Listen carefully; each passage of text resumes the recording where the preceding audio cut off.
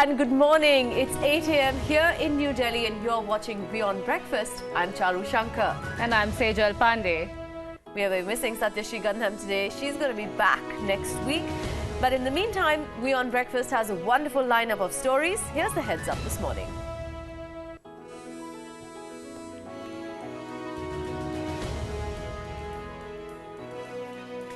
On Beyond Breakfast this morning, we bring you the story of Delhi's street art.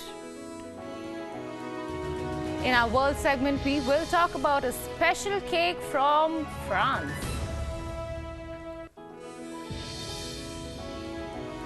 This week on Beyond Stretch, we have Zubin Atre. Follow him for his unique yoga mantras. And after you sweat it out with that yoga, grab some yummy food with our chef Abhinav on Quick Bites.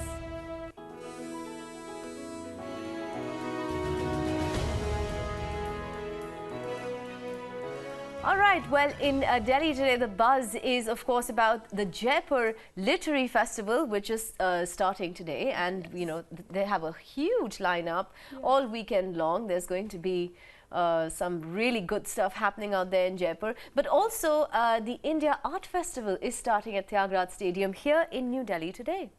Are you fond of art, Sejal? I am. I definitely am. Something very inspirational that Meryl Streep said right at the Golden Globes a couple of days ago, that take that broken heart, make it into art. Make it into art, that's beautiful, right. Beautiful, that's and right. I totally believe in that notion. Yeah, I think art does have some tremendous healing properties. Absolutely, absolutely. And any form of dance, whether it's painting, whether it's dancing, whether it's singing, whether it's writing, any form of art, and obviously acting as well, acting. Yes. So yes, I think every form of art has some really strong healing power. Yeah, I wonder where that healing power actually comes from, because we do know that art is therapeutic. Yes. But I think perhaps it's the expression of an idea. Yes. You know, you get it out of your system and put it out there into the world. So it's no longer inside, you know, whatever the pain is that Meryl Streep is talking about, or whatever it is that is bothering you, you just make that into something really beautiful. Yes. So just that process of the transformation of pain that into emotion, something beautiful, yes, perhaps that's what therapy is all about. Absolutely. I think I completely agree with that, and I believe in you know, what comes out best is something that comes out from deep inside of you. Wow. So yes, I think that's what therapy is, you know, breaking from the wall, breaking away from the clutter, but still pushing yourself to going forward, bringing that good emotion from inside of you and transforming something that's has not worked out in your favor to make it work in your favor. I think that's got tremendous strength in it as well. Well, art is not always about a personal form of expression. A city can also be healed and receive therapy through art. Look at this story which is coming up about street art, which has been transforming the streets of many big Indian cities. Artists from around the world are now collaborating with Indian artists to rejuvenate old buildings with their talents. WION's Shubhankar Basu brings us this report. Take a look.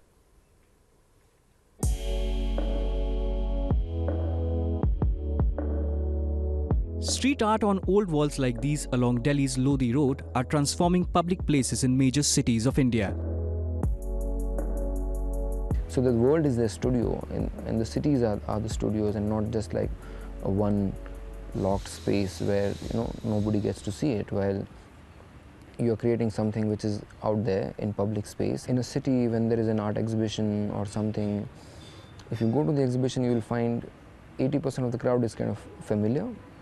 And they are the same people who's been going and visiting these shows and museums and galleries and everywhere. But common people's interaction with art is not happening. And somewhere common people have kind of also, like in their head, they're thinking art is something which they don't understand. And so that's a kind of like a clear disconnect, but an initiative like this definitely brings that gap closer. Artists from around the world are gathering in major Indian metropolis, collaborating with local talent to break new ground, and in the process, generating new business opportunities. When you talk about street art, the art that you go ahead and make on a maybe 20, 30, 50 feet or 150 feet long tall, wide buildings. It's a lot of energy, effort, an artist giving a part of himself to that particular building or structure. You have to give an artist an expression of freedom and thought, mind, whatever is possible, and that freedom has to be there in all possible way. Efforts of artists like Hanif have created a platform for younger artists to showcase their talent on a global stage. Best part of our the best part of our work is we think alike. What goes in my mind, Nikunj can easily predict, and this bonding helps us together to come up with a fine piece of art every time. The way we wanted. We feel the ambience and try to live the feel of our subject. A piece of art then comes up automatically. Graffiti and street art on these walls have become a tool to preserve crumbling pieces of heritage. As time goes by, these murals will not only be a peek into the past, but will give its admirers a window into the future. In New Delhi, Shubhankar Basu, WION.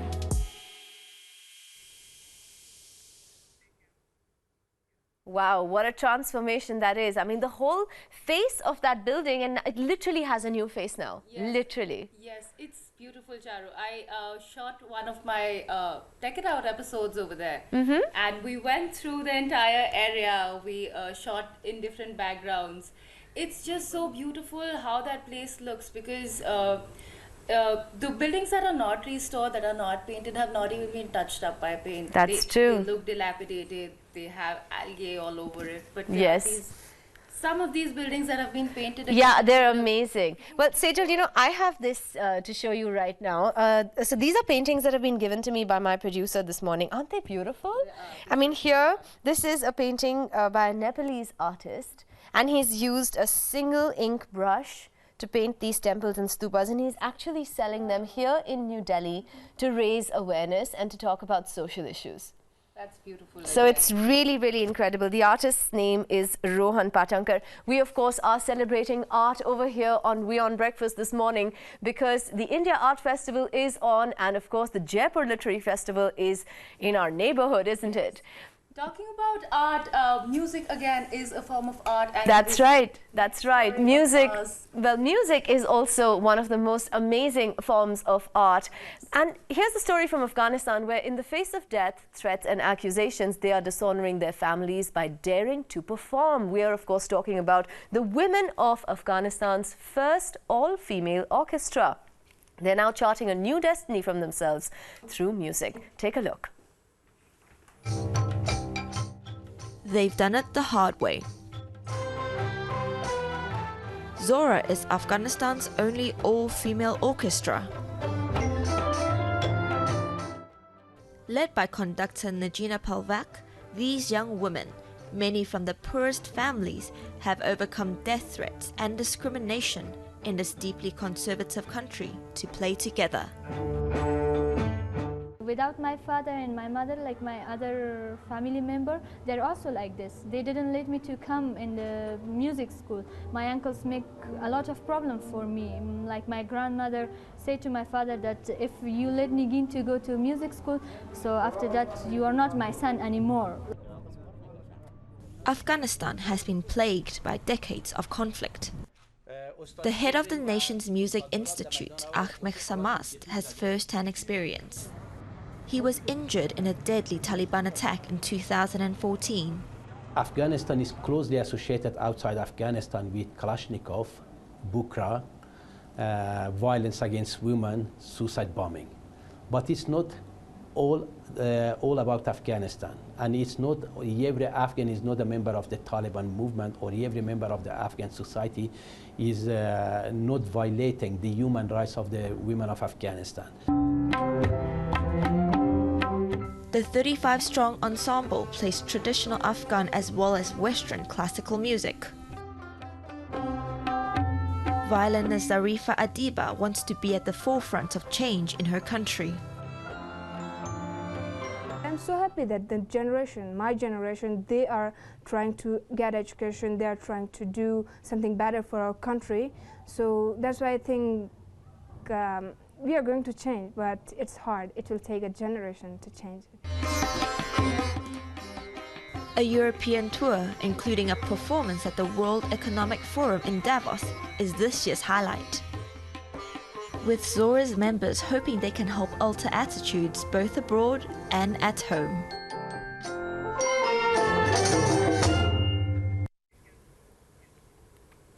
Wow, that was such a beautiful story, Charu. Yesterday with Satya, we watched this story about this woman in Afghanistan who was beekeeping, and she inherited this business from her mother, and her husband inherited this business from her. Wow. So yes, and in a country like Afghanistan, the woman is the breadwinner of the family. Well, absolutely, Sejal. You know, on Breakfast, we have such fabulous stories coming in from all over the world, where women are smashing patriarchy by taking on sports, by becoming chefs, you know, by going out there and proudly becoming the sole breadwinner of the family, as well as the caretaker of children, and of course the traditional, you know, roles that women are supposed to play in these countries. So it's really, really amazing to see these stories coming out of Afghanistan specifically. Inspiring as well, isn't it? Very inspiring to have such encouragement coming from these parts of the world that we never thought that these things could happen as well there. That's true, that's true. Well, that's what We on Breakfast is, of course, all about. We're all about positivity and human inventiveness, and it is indeed incredible to see these stories early in the morning, but that's what we serve you for breakfast every day. For now, it's time to take a quick break. We'll see you on the other side with some more stories from across the world.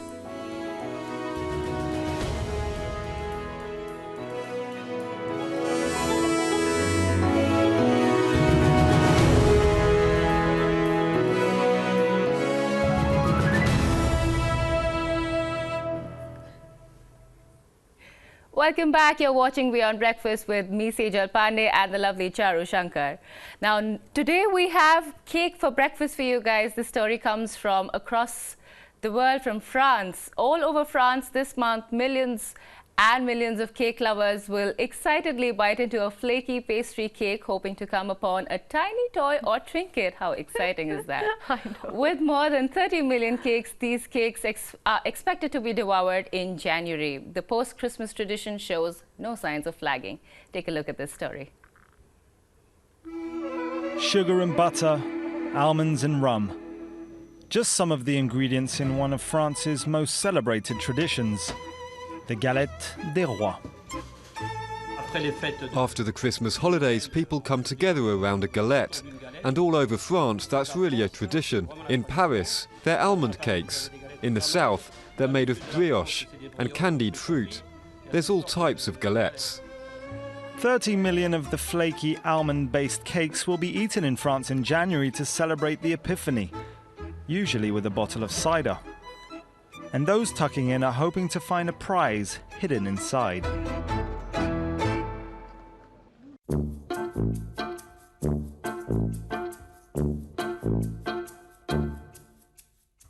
The galettes are baked with a figurine hidden inside them, called a fève.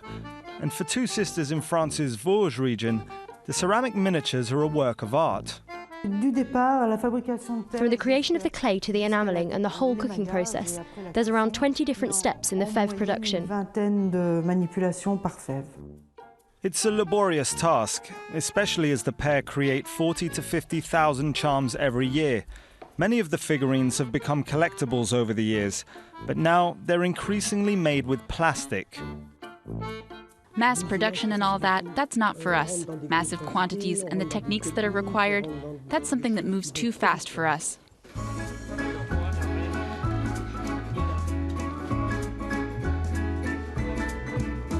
The Feast of the Epiphany marks the end of the Christmas season, one last excuse to gorge on tasty treats. And if you don't become king or queen the first time around, don't worry, patisseries will churn out the cakes for the whole of January. Wow, Charu, I can't stop smiling after that story. It's almost like Willy Wonka's chocolate factory. I know, right? And so these cakes, I don't know how they're pronounced in French, but they translate into pancakes for kings. Because at the end of every bite, you get a reward. Oh, So I think that's very, very cute. I think it's very cute, very, very cute. Very cute indeed. Well, you know, art doesn't always just have to be about painting or sculpture or dance or movies or whatever it is that you traditionally associate art with. Right. Food can be art as well. Yes, absolutely. I mean, like, look at this. Like, such beautiful cakes are being created. So much thought is being put into it.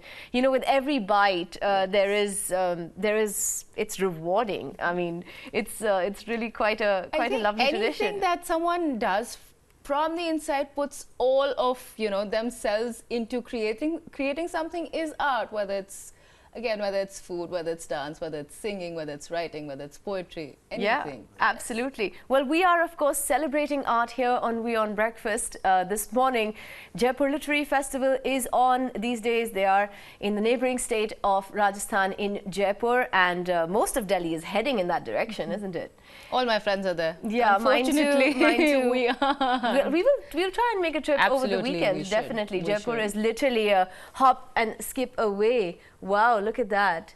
Well, we're talking about art, of course, because in Delhi, in Tyagraj Stadium, we have the India Art Festival, which is on. And art, of course, is something to be celebrated. It is something to be passionate about. And speaking about passion, well, you can't separate sport from passion. And let's take you across now to Cyprus, where the Nicosia Derby is the biggest event on Cyprus's sporting calendar. But it's more than just a football game on an island divided by politics. Why is that? Well, take a look. Nicosia's Apoel FC are training hard for their match against arch-rivals Omonia, the biggest game of Cyprus's football season. Decades long and followed by young and old, the tiny capital's rivalry has passions running high. Well, from the other places I have been, perhaps it's the most passionate.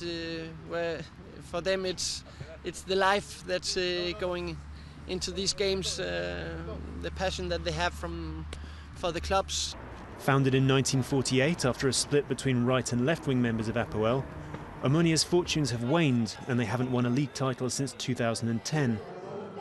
The die-hard members of the Gate 9 fan club have followed the team through hard times in recent years. For them, it's about much more than just sport.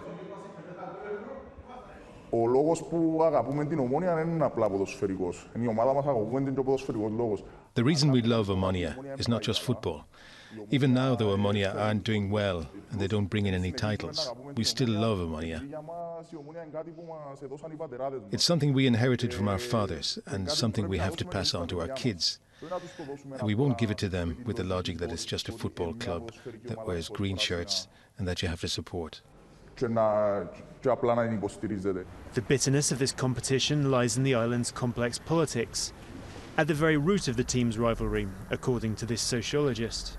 In Cyprus, there is a bit of difference. They don't support the team because they like the team, but mostly they support the team because each team, they belong to a political party.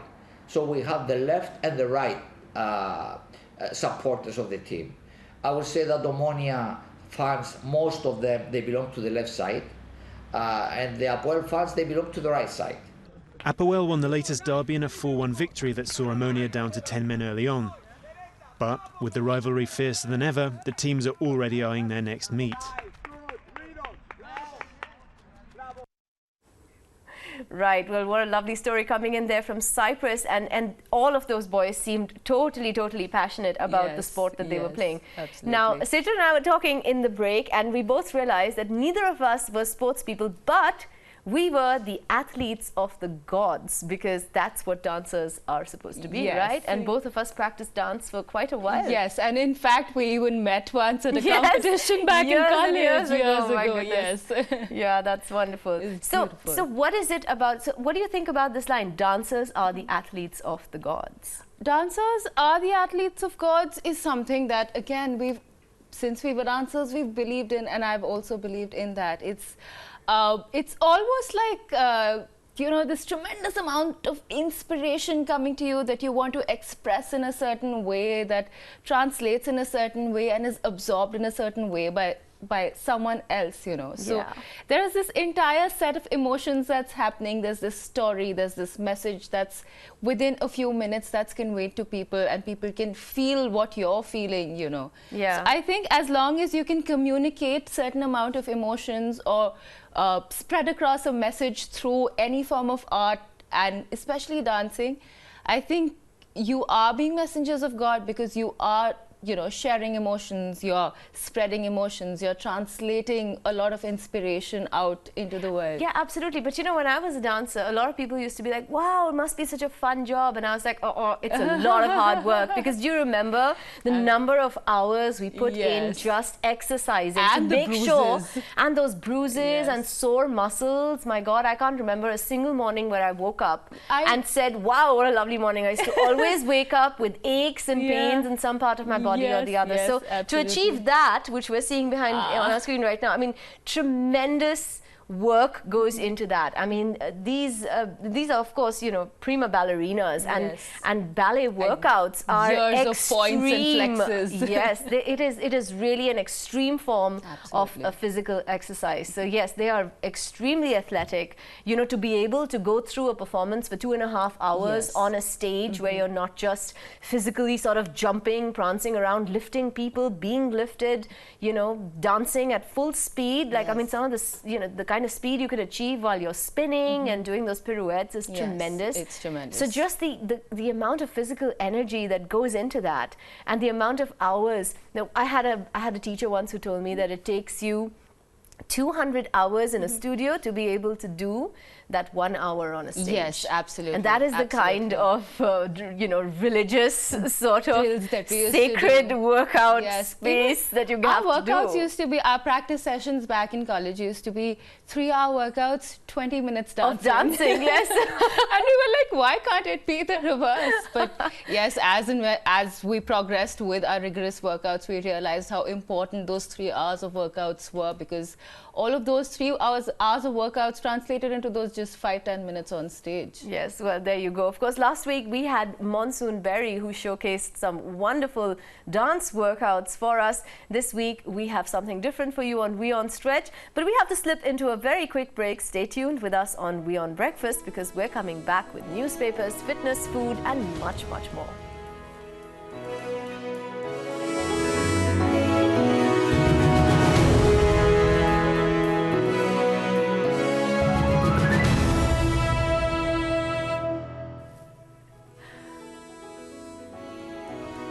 Welcome back. You're watching WION Breakfast with me, Sejal Pandey, and the lovely Charu Shankar. And before we look at what the newspapers hold for us, we're going to take a quick look at what's happening around the world at this hour.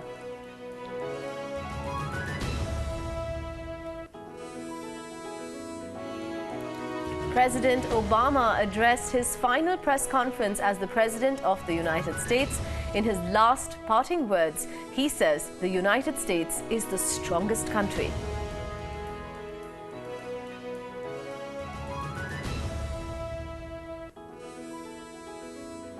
Protests continue in Tamil Nadu as Tamil Nadu demands lifting of the ban on Jallikattu. Chief Minister says to meet the Prime Minister Narendra Modi for demanding an ordinance.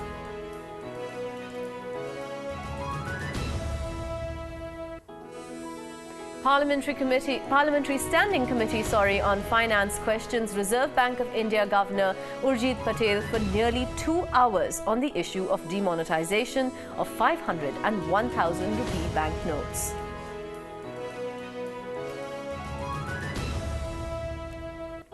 Peace march taken out at Bangar in West Bengal the day after one person is killed in Singur like anti-land acquisition protests against Chief Minister Mamata Banerjee's government.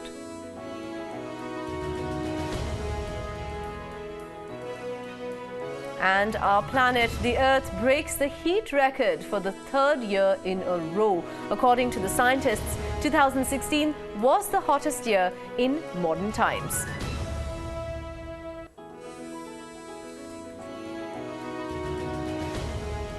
All right, well, those, of course, were the headlines this hour. But now let's see what the newspapers have for us this morning.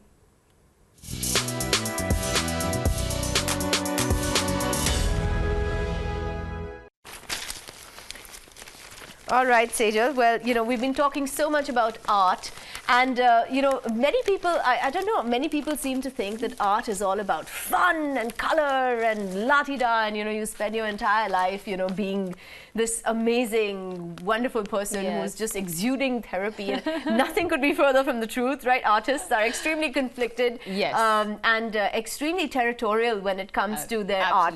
So I have a story here from the DNA which I actually found very, very funny, and it says, "So much hue and cry." And this is about artist wars, if I may say. So we know that artists Anish Kapoor and Stuart Semple have not been playing nice over colors. To cut a long story short, Anish Kapoor developed the blackest black pigment and refused to share it. So Stuart Semple created the pinkest pink pigment and offered to share it with everyone except Anish Kapoor. You've got to look at the story now. Yes, so that's how it started. But to sprinkle some fairy dust on the entire snub, now recently he has created diamond dust. Now, look at that. I mean, this the dustiest dust? This is the glitteriest dust, but it is the glitteriest glitter. Glitteriest glitter, yes. That has been created. And to add insult to injury, on the website it is available for sale, but the fine print says, by adding this product to your cart, you confirm that you are not Anish Kapoor. You are in no way affiliated to Anish Kapoor.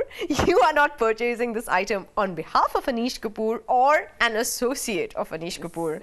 To the best of your knowledge, information and belief, this high-grade glitter will not make its way to the hands of Anish Kapoor. Oh, wow. Oh, so everyone either submits an identity proof or signs an affidavit or something like that to get I have no product. idea, but I think this is just one way of This is poking. Like, you know, you've inflicted a wound and now you're just like sprinkling some salty glitter on it. But like, this made me wonder, you know, the blackest black and the pinkest pink. Some people can't even differentiate between navy blue and black. You know, how do you create blackest black? True. So definitely artists are tremendously conflicted, and it's just the ones who find a way to, you know, win over that conflict or come to a conclusion. Come up with something that's really beautiful. That's really amazing. Well, of course, these guys are the greatest artists of the modern times, living right now and creating beautiful, beautiful works of art. But wow, I thought this was really funny and certainly worth talking about. What do you have for us this morning? I have some inspiration actually, and it's a little bit of nostalgia as well. So. Something that caught my attention wasn't actually a news story, but these 10 movies to inspire you in 2017. Okay. And so these are all-time, you know, inspirational movies that can inspire you. And this caption says that these are movies that can inspire you if you've already halfway through January given up on your New Year resolution. So you need something to keep going for the rest of the year. And like, watch these movies. Yes. And while reading these, I realized I didn't even have a New Year resolution this year because I'm so bad at keeping them. So maybe me and a lot of us could do with these, you know, some of these movies. Of course, part of these movies are movies that probably we've watched, you know, more than twice, thrice, 4 times. 3 Idiots, for example. Oh, yeah. All-time inspirational movies. I know. Especially anytime it comes on TV now, I end up watching it. It's just funny. I mean, it's funny no matter how many times I've seen it. Yes.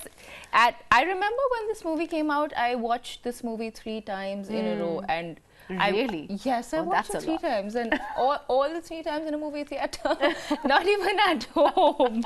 So I was really inspired by this movie. It was just probably one of its first to come out in India, where people were actually talking about, you know, parents imposing their dreams on kids, or even teachers, for that matter, imposing their dreams on kids, because this is something that kids have often spoken about, but not out there in the open. And probably also because we respect our teachers and parents so much that we want to, but we don't want to hurt them. But at the same time, we also don't want to do something that we don't believe in. There was another beautiful movie that had come out called Tare Zameen Par. Yes, beautiful movie. Yeah, which was about children suffering from dyslexia, and how a teacher can actually help students overcome that. Yes, and and again, the lovely teacher movie. healed him through art. Yes, and it was all about art. That's Yes. right, all about art. So the next movie is Chak De, which is I love Shah that Rukh Khan's movie. Again, I all love of that us film. love it. And it's all about sport, following your passion, Yes. you know, and especially making it women happen. following sports. Then there is this latest movie called Dangal, again, women Yes. pursuing sports, Yes. crit. Wrestling. Remember the Titans again. A lot of sports movies have made it to the list. Remember the Titans again. Beautiful, beautiful movie. Denzel Washington coaches this team of white boys and how it's about how this black man has coached these guys, and you know he starts he makes them work together basically. Yes. He makes them work with himself first and makes them all of them work together and forget about race inequality that these guys were subjecting him to. Then there's Life is Beautiful. Most of us have watched this movie. It was set in the backdrop of the World War II. Beautiful, beautiful movie again. Then Tom Hanks, Forrest Gump, Eat, Pray, Love, Julia Roberts. Oh, wow. The Blind Side, Bhag Milkha Bhag, and Up, which is... I love Up. Oh, it's animation. Yes, it is animation. It's fabulous. It's about how this grumpy old man gets completely. He goes on a journey, right? And Yes. there's a little kid and a little dog, and how and a peacock or some bird, exotic bird that they find and decide to Well, save. I haven't watched the movie. You and must this is watch exactly it. what I was going It's to say. incredible. And Up is a movie that I haven't watched. It is from an this list. incredible I movie. must- There it is. That's the grumpy old guy. That's the little boy and the little dog. And there's the house. Let's see that exotic bird sitting on the house. Flying though. The house is flying. That's the journey. Oh. There are a lot of balloons on the house, and the grumpy old man wants to fulfill his late wife's dream of living at the edge of a cliff somewhere. So he puts balloons on the house and makes the house fly to that place. Wow. But the journey changes him from a grumpy old man to a really nice, wonderful person who decides to save a bird. So it's a really nice love movie. animation movies. There's so much more that animated movies tell us than movies that have real people. You Absolutely. know? Sometimes there's so much thought that goes into something like this. We probably wouldn't see a regular house flying. Yeah, I know. Even though they'll have to do it with the help of CGI and graphics. Well, I also love sci-fi. So do I, so and do I I. think that I've been telling Satya and Archit when he was here last year that I think sci-fi is becoming like stranger than fiction. Sorry, Yes. life is becoming stranger than sci-fi. And here's a story that I can prove that point. Right, bacteria can communicate electrically. This is a story from the DNA again, and they're talking about some worrying facts about these single-cell organisms because bacteria can now communicate with other species of bacteria via electrical signals, and a process that closely mimics the behavior of neurons firing. And what that basically means is that they can coordinate attacks and defenses. Wow. Yeah. So, I mean, this is really crazy. Now, I remember watching this episode called Ancient Aliens, which comes on the History Channel. Yes, I've it's watched such a crazy show, right? Because they're like, we are all descendants of aliens. Everything has an alien connect, from elections to bacteria. Yes. And so on one of the episodes, I remember them saying that that bacterial life and virals are probably aliens. They probably hitched a ride on comets and have come to us from other planets because their behavior is so bizarre. Yes. And they can actually survive, if bacteria and viruses have been found on space shuttles, like the outer shell of space shuttles. So we know that they can survive in space. Right. They're extremely virulent, extremely adaptive. Yes. And now apparently and they cause us so much trouble without getting into any trouble themselves. Nope, none whatsoever. And they are and now they can communicate electrically and plan attacks on the human body. So, I mean, I told Alien you, invasion. life is stranger than sci-fi, It isn't totally it? is. It totally is. I agree with that Because this is actually completely. happening, and this is an actual study which is being done. Wow, and all of us thought bacteria is probably something random floating around in the air that we don't even They're care like, oh, you about. can defeat it, just eat some antibiotics. No, they're evolving and very, very fast. Planning attacks. Yeah, planning attacks. But on a lighter note now, I have this really, really amazing story. So this is about Baba Ramdev. Now, Baba Ramdev, of course, course, as we know, All is of us know this great yoga guru who has started many brands, including the very famous Patanjali brand, which is all made in India, Ayurvedic inspired. Everything. I mean, not just medicines, but you know, everything from disinfectants to scrubbing powder to rice to everything is owned by Patanjali. But now, Baba Ramdev is the new Lord of the Ring. Does not mean he is featuring in Tolkien books. No, that would be terrible. No. Well, look at that. He is wrestling. He is the Lord of the Wrestling Ring. Wow. And at the Indira Gandhi National Indoor Stadium on Wednesday, he took part in the Pro Wrestling League, and he stepped into the ring in order to fight an Olympic gold medalist, Ukrainian Andrei Stadnik. Now, this is a friendly match. It's not actually part of the league. I was wondering what came over him. But when he came onto the ring wearing his trademark saffron langot and sports shoes, and the crowd went wild. I mean, they were just like, clap, clap, clap. This is the most entertaining match ever. He's probably the most famous man in this country. He's incredible. And he greeted his opponent with a namaskar and blessed him by touching his forehead, and then did some yoga asanas to warm up. And then the referee, and then of course the match started, and there can only be one winner. And lo and behold, the referee raised Ramdev's hand after one round of wrestling where he took down Stadnik twice. Wow. Twice, not once. And then he is just incredible, right? And then he comes on the mic and he says, Bharat Mata Ki Jai, which means go India, basically. And went on to say that healthy lifestyle is a must. Now, of course, Baba Ramdev is known to, you know, create headlines. You know, a few weeks ago, we had him in a dance-off with the famous actor. Well, look at that. I mean, like, that's Ranveer Singh, who completely gave it up to Babaji, and there he is. I mean, this is, so he told Ranveer Singh, well, I can't dance, but I can do yoga. And then he just went on the stage, and Ranveer Singh could not keep up with him. And Ranveer Singh is one of the most energetic hyperactive actors we have in Bollywood. He's a brilliant dancer himself. He's a brilliant dancer himself, but Baba Ramdev like swept the floor with him. Wow. It was amazing. Look at that handstand. I think Baba Ramdev has indeed come a long way from that time when he had to run away from the Mela grounds real fast. So running is obviously not his strong point, but dancing and wrestling apparently is. Yes. And on that note, I think we're going to bring this newspaper discussion to a close. Lots more in the papers to discuss, but we're kind of running out of time. And plus, we want to bring you fitness and food, which is right after this break. So stay tuned with us on Beyond Breakfast.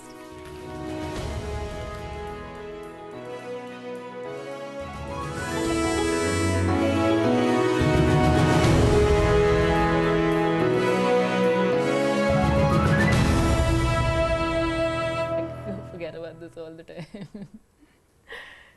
Welcome back. You're watching Beyond Breakfast with me, Sejal Pandey, and the lovely Charu Shankar. Now, before we went into a break, we watched Baba Ramdev's yoga moves, but it's time to watch our resident yoga guru Zubin Atre's moves. Charu, this is your favorite segment. I've heard so much about this from Satya. So Zubin Atre up next will take you through his yoga sessions, and he will help you keep fit. Take a look.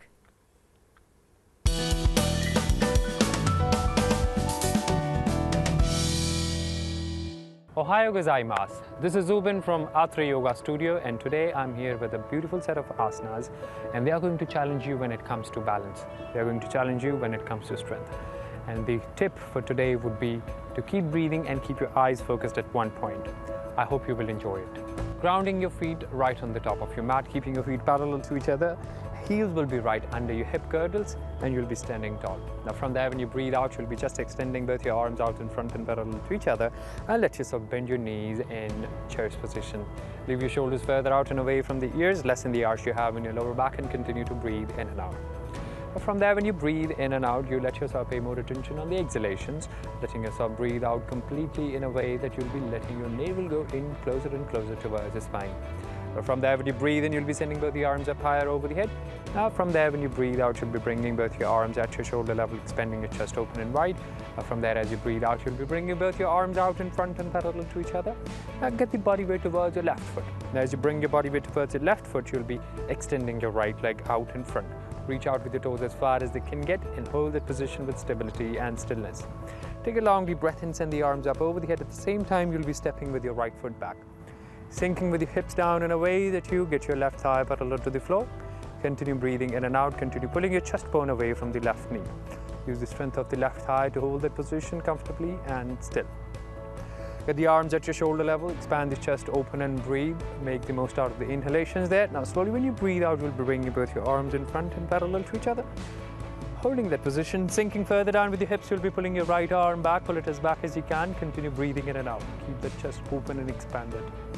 Take a long deep breath in, extend the left arm up and point it up towards the skies and lower the hips further down as you lift your chin up.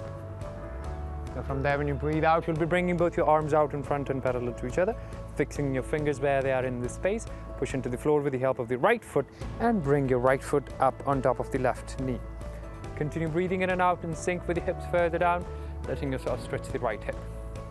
Take a long deep breath in, send the arms up over the head, lower the chin down to the chest and look towards where your left foot is at the moment. As you breathe out, you would just simply fold yourself from the base of the spine and put your hands down onto the back. Let yourself hold that position, curl your head in and relax your neck and your shoulders. Continue breathing in and out, and when you feel comfortable, you get the whole length of the left leg using the weight of the right leg on your left knee. Now from there, when you breathe out, you'll be letting yourself go and grab your left ankle with the left hand. Now from there, when you breathe out, when you feel comfortable and balanced, go grab your left ankle with your right hand. Keep breathing in and out. Relax your neck and your shoulders. And now slowly when you breathe out, you'll be letting yourself put both your hands down back on the same spot where you picked them up from, bending the left leg down on the mat in a way that your right ankle pushes into the chest. Lift your chin up. Now slowly when you breathe out, you'll be joining your hands together right into the center of the chest. Take a long deep breath and extend both the arms out in front and parallel to the floor. Breathe in, bring yourself up, place your foot down onto the mat and relax.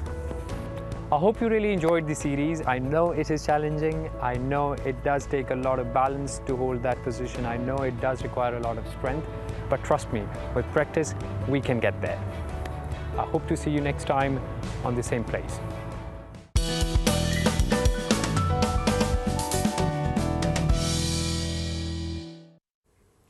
And watching Zubin Atre is a treat, but so much exercise still leaves me hungry all the time. Well, that's no problem, because coming up next, we have some really good food. So let me take you across, Sejal, to Chef Abhinav, who will be teaching us his recipe of prawn linguine. Yum. Let's take a look. Wow, favorite. There he is.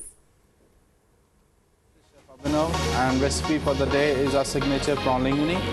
Let's do it, and I'll teach you the Jamie's twist way.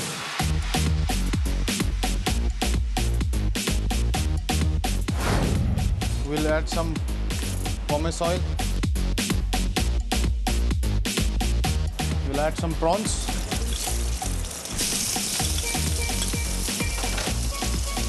We'll add some garlic, cherry tomato, shaved fennel, chili paste.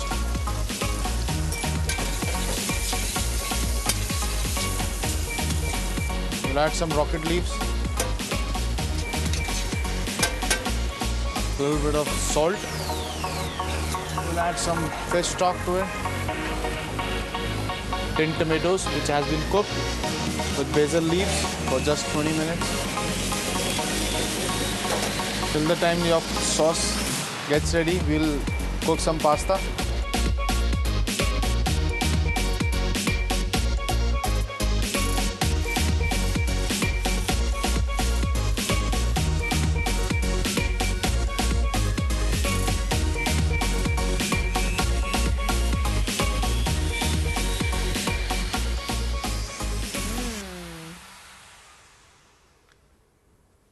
Wow, I would do anything to get that for breakfast every morning. Isn't Seafood that, is yeah, my I know. favorite, and prawns especially. Yeah, I could do prawns for breakfast, totally. I could do prawns for breakfast, lunch, dinner, snacks. everything. I wonder what your mom has to say about your dietary preferences. My mom has a lot to say about this. Definitely. Well, we went ahead and searched on Twitter about what are the funniest things that moms have had to say, and we found a hashtag called MomText. So you got to read this. MomText, here it is. Now let's see what are the funniest mom texts on Twitter. There's something called dad texts as well. Is it? Yes. So I remember there's an entire series that I'll share with you. Here's our first mom text. Lol, my mom's hella mela dramatic talking about, okay, don't drink any smoothies from Tropical Smoothie Cafe and no frozen strawberries originating from Egypt. That's They're contaminated with hepatitis. Instructions. No, and then it says call me when you get up regarding Malibu Hotel, because there's probably a whole bunch of other things. You know what's really dangerous? Moms on Google, because I think that really that's the end. I'm really scared of it. What if my mom Googles me on Google someday and finds some really random pictures of me? I'm really scared of what my son is going to say when he grows up. Look at Matisse. Matisse says, when your mom hands out boy advice, did you actually just use the word trick? All right. Hi there, what are you and Eric doing today? How does one tweet Obama? This is a typical mom text. How sweet. I remember a mom text from my mom. How do you zoom into photographs on Instagram? Well, mom, you can't. Now you can. Yes, that's a different thing. But at that time, you couldn't zoom into Instagram pictures. All right. Elizabeth says, little chocolate kiss with eyes watching over you. Lol, it's a poop with eyes. Oh, no. That icon. Oh, I thought it was a chocolate kiss. Ha, the Hershey's kiss. Wow, moms really need to get with it. This is making me really, I'm a little bit worried because I don't know what kind of mom I'm going to be. Paula, my mom is a gem. Recently learned how to add GIFs. Now sends us some of the most random ones.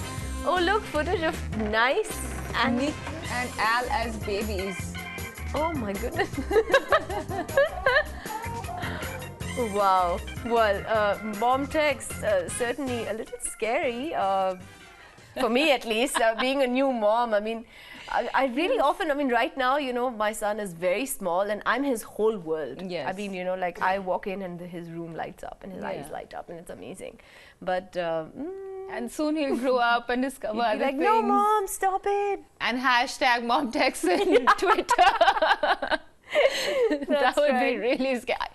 If we hashtag mom text on Twitter, they probably wouldn't even know about it. I know, that's true, that's true. Oh my God, gotta stay with it. But that's all we have time for this week, and with this we would like to unmic ourselves. Do connect with us via Twitter. Tweet to us at WION_breakfast, and you can also tweet to us on our individual handles, me Charu Shankar and at @Sejal_WION. That's right. Well, with that, we'd like to end the show. I am Charu Shankar. And I'm Sejal Pandey. You've been watching WION Breakfast with us. Come right back tomorrow morning when we bring you another serving of breakfast in your plates. That's right. That's all for this show. But we leave you with images from the Great Odyssey Challenge high up in the French Alps. It's an 11-day dog sled race. Enjoy this as we say goodbye.